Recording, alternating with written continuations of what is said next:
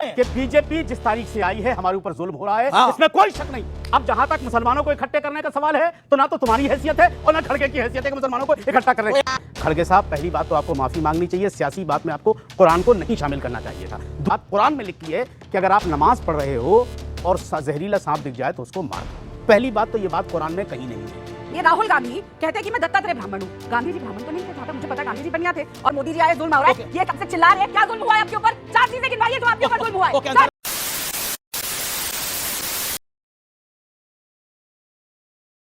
नमस्कार दर्शकों, स्वागत है आपका द प्राइम टाइम डिबेट में। दर्शकों, कांग्रेस अपने हिंदू विरोधी चरित्र के लिए देश भर में बदनाम है, चाहे वो हिंदुओं को जाति के नाम पर बांटना हो या भगवा आतंकवाद के नाम पर हिंदुओं को बदनाम करना। अभी हाल ही में कांग्रेस के नाम के अध्यक्ष मल्लिकार्जुन खड़गे ने आसमानी किताब कुरान को कोट करते हुए कहा कि नमाज पढ़ते समय अगर मुसलमान के सामने से कोई जहरीला सांप निकल रहा है तो उसे नमाज छोड़कर उस जहरीला सांप को मार देना चाहिए। और इस जहरीले सांप को मल्लिकार्जुन खड़गे ने आरएसएस और बीजेपी बताया। अगर बीजेपी की बात की जाए तो बीजेपी के संगठन में 18 करोड़ कार्यकर्ता हैं और संघ के कार्यकर्ताओं की तो गिनती ही नहीं है। तो क्या मल्लिकार्जुन खड़गे पूरे भारत में एक बड़े जीनोसाइड यानी कि नरसंहार को बुलावा दे रहे हैं? क्या वो चाहते हैं कि मुसलमान भारत में रहने वाले बहुसंख्यक समाज यानी कि हिंदुओं का नरसंहार करें? शायद मल्लिकार्जुन खड़गे इतिहास भूल चुके हैं। आज़ादी के समय उनके परिवार को मुसलमानों ने जलाकर मार दिया था और ये बात मल्लिकार्जुन खड़गे अपने मुंह से खुद कह चुके हैं। एक आदमी सत्ता पाने के लिए कितना गिर सकता है, मल्लिकार्जुन खड़गे उसका एक उदाहरण है। इस डिबेट में हम देखेंगे कि मल्लिकार्जुन खड़गे के इस बयान के बाद भारत में सियासी गहमागहमी कितनी बढ़ गई है। जहां इंडी गठबंधन मल्लिकार्जुन खड़गे की बात को ज्यादा तुल तवज्जो न देकर केवल एक राजनीतिक बयान बता रहा है, वहीं पे बीजेपी ने यह मुद्दा पकड़ लिया है। शायद इस मुद्दे का असर आने वाले 5 राज्यों के विधानसभा चुनाव पर पड़ेगा। तो बिना किसी देरी के देखते हैं इस डिबेट को। दर्शकों, आपसे एक निवेदन है, यदि आप चैनल पर पहली बार आए हैं तो चैनल को सब्सक्राइब कीजिए और बेल आइकन बटन जरूर दबाइए, जिससे इस तरह के मजेदार डिबेट की वीडियो आपको देखने को मिलते रहें। तो चलिए शुरू करते हैं। अंसार रजा, आप गरीब नवाज फाउंडेशन के चेयरमैन हैं। आपसे एक सवाल है मेरा, और आपकी एक चिट्ठी बहुत चर्चा में है आजकल, हेडलाइंस में। आपने बाकायदा सवाल पूछा कि कुरान में ये कहां लिखा है, जानकारी दीजिए। क्या आपको लगता है कि मल्लिकार्जुन खड़गे ने जो बात बोली सियासी तौर पर, वो बात सही है, गलत है, या जायज है, नाजायज है? अमित जी, मैं सिर्फ 2 बातें बोलूंगा, बाकी आप अपनी डिबेट चलाइए। मुझे जो अपनी बात कहनी है वो बात कहूंगा, वो खड़गे साहब तक पहुंच भी चुकी है और हम चाहते हैं कि आपके चैनल के मार्फत भी उन तक पहुंच जाए। एक शेर से अपनी बात को शुरू करता हूं। बिल्कुल बिल्कुल। कि बात रुखसार की होती तो कोई बात न थी। रुखसार कहते चेहरे को। बात रुखसार की होती तो कोई बात न थी, आज तो रूह पे मारा है तमाचा तूने। क्यों बे ओवर एक्टिंग करता साला? ओवर एक्टिंग की औलाद। अब तेरे को बराबर होता नहीं क्या बोलने को? चले एक काम कर, 200 रुपए दे और 50 रुपए काट ओवर एक्टिंग। हमें सिर्फ इस बात पर एतराज है कि उन्होंने पहले यह कहा कि बीजेपी और आरएसएस जहरीला सांप है, इसको मारना जरूरी है। उसके फौरन बाद उन्होंने जो बात कही कि ये बात कुरान में लिखी है कि अगर आप नमाज पढ़ रहे हो और जहरीला सांप दिख जाए तो उसको मार दो। पहली बात तो ये बात कुरान में कहीं नहीं है। नंबर 1 हदीस शरीफ में है। हदीस शरीफ का एक लफ्ज है उसका, कत्लल मोजी कबलल ईजा, मतलब सांप का जिक्र नहीं है, तकलीफ पहुंचाने वाले जानवर का जिक्र है उसमें। नंबर 1। अब आपने ये कहा कि बीजेपी और आरएसएस जहरीला सांप है, उसके बाद पलट के आपने कहा कुरान में लिखा है कि अगर नमाज पढ़ रहे हो और जहरीला सांप दिखे तो उसको मार देना चाहिए। खड़गे साहब, पहली बात तो आपको माफी मांगनी चाहिए, सियासी बात में आपको कुरान को नहीं शामिल करना चाहिए था। दूसरी चीज, क्या आप मुसलमानों को उकसाने की कोशिश कर रहे हैं कि बीजेपी जहरीला सांप है, आपने कुरान को मारना शुरू कर दो? ये गलत इंटेंट था आपका। बाकी मुझे उनसे कुछ कोई लेना देना नहीं है। मैं ना कांग्रेस का दुश्मन हूं ना बीजेपी का दुश्मन हूं, लेकिन हमारे कुरान की बात आई है, ये हमारा ईमानी फरीजा बनता है कि हम बाहर निकल के आए और हम डंके की चोट पे कहें कि उनको माफी मांगनी चाहिए। दूसरी चीज, इस बात को कांग्रेस को भी क्लियर करना चाहिए और जो मुस्लिम मेंबरान पार्लियामेंट कांग्रेस में हैं उनको जाना चाहिए। अगर ईमान है उनके कलेजे में तो जाना चाहिए, खड़गे से कहना चाहिए तुमने कुरान को गलत कोट किया। कोई सेंस है इस बात की? जी, विवेक जी, माफी चाहता हूँ। कुरान के मामले में ना तो कोई आप ऐसी बात कीजिएगा जो आपके लिए मुसीबत बने, जो खड़गे के लिए बन चुकी है। आप ऐसा कुछ मत बोलिएगा।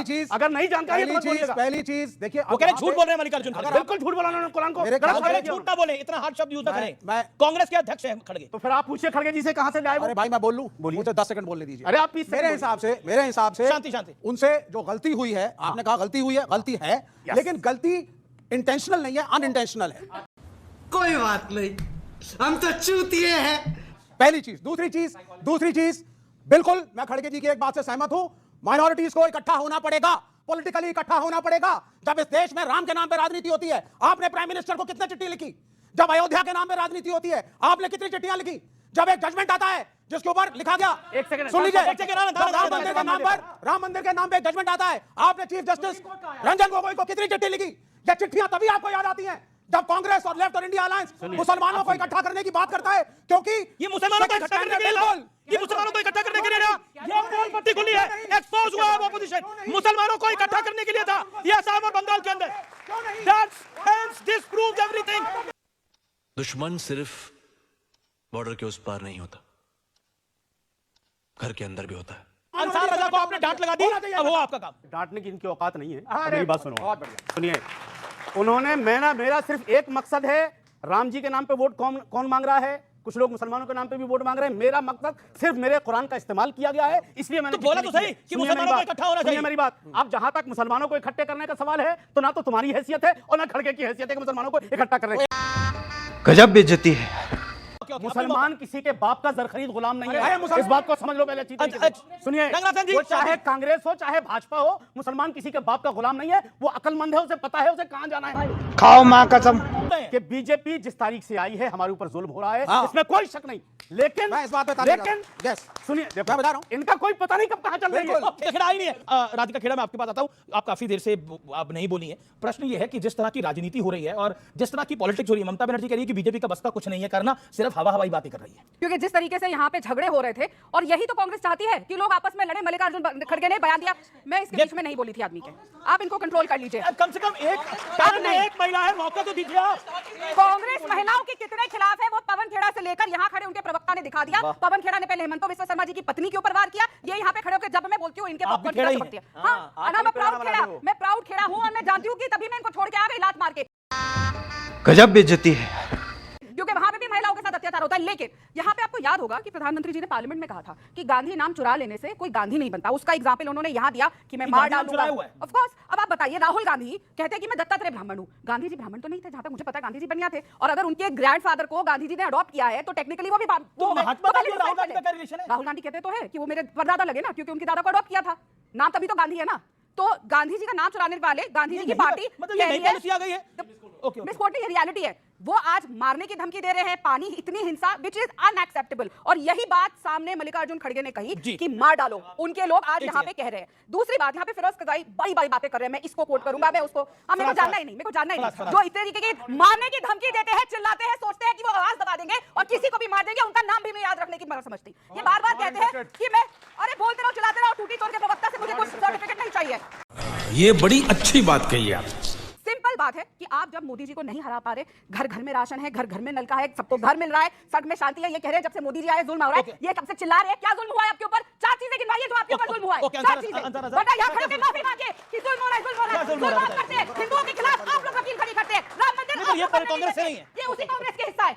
नहीं कांग्रेस हो गई। अब तब से चिल्लाए जा रहे हैं सब कि मुसलमान को ये कर दिया, वो कर दिया। कांग्रेस खड़ी करती है हिंदुओं के खिलाफ, इतने सारे वकील की राम मंदिर ना बने। सोनिया गांधी कहती है राम जी का, अरे इनका कोई प्रिंसिपल से लेना देना नहीं है। और कौन ये छोड़िए, खड़गे साहब कहते हैं कुरान में लिखा है कि मार डालो, ना वो आपके हैं ना हिंदुओं के, वो सिर्फ पैसे के हैं। दोस्तों, आपने देखा होगा कि जहां हिंदुओं के विरोध की बात आती है वहां पे इंडी गठबंधन एकजुट हो जाता है और वो चाहता है कि भारत का बड़ा हिस्सा बहुसंख्यक समाज यानी कि हिंदुओं को कैसे भी करके नीचे दिखाया जाए। फिलहाल फैसला आपका है कि आप मल्लिकार्जुन खड़गे की इस बात के बारे में क्या सोचते हैं। अगर वीडियो पसंद आया हो तो वीडियो को लाइक कीजिए, चैनल को सब्सक्राइब कीजिए। वीडियो देखने के लिए धन्यवाद।